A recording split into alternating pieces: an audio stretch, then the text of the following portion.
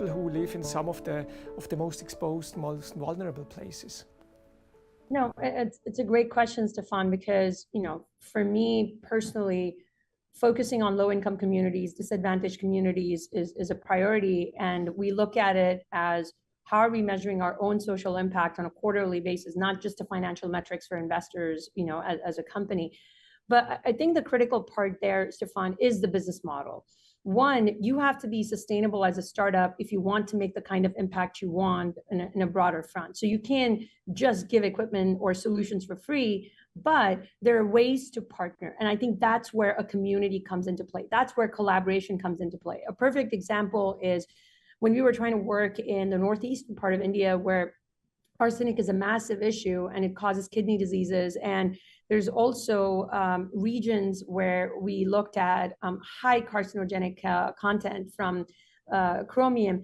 The way we decided to actually engage and build the model is, first off, you know, we don't sell the equipment. So they don't have to have CAPEX, this large capital infrastructure, $0 CAPEX.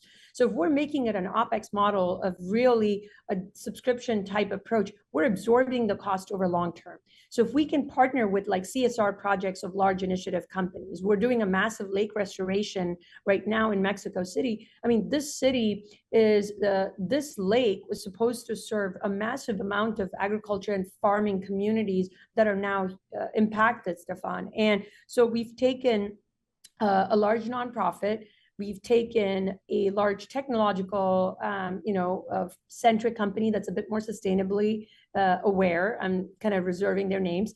And all of them kind of collaborating together really put in the resources from a social cost model of a project to bring the impact that we need to see in the next 3 to 5 years for this region. Not only are we going to impact the aquatic species in the lake, but also the foliage around, and then all the farming communities around. So a very quick example, that's one, but another one is getting communities involved. Chris mentioned this, it's a circular economy. So if we're able to employ the local village folks or even the rural community folks, train them to actually maintain it instead of me employing a person or putting that person in and then getting them involved, it pulls in the rural improvement from a migration perspective. They're not leaving their rural areas to go to cities.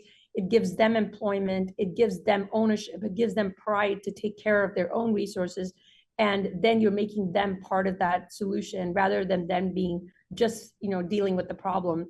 As Chris said, you know, climate leaders rather than climate survivors, right? So it's a very typical model I've seen that truly is successful. And so we've been experimenting that with especially regions, outside US and within US, but extensively within US has been about cross collaboration with nonprofits and corporate CSR initiatives to hit key goals.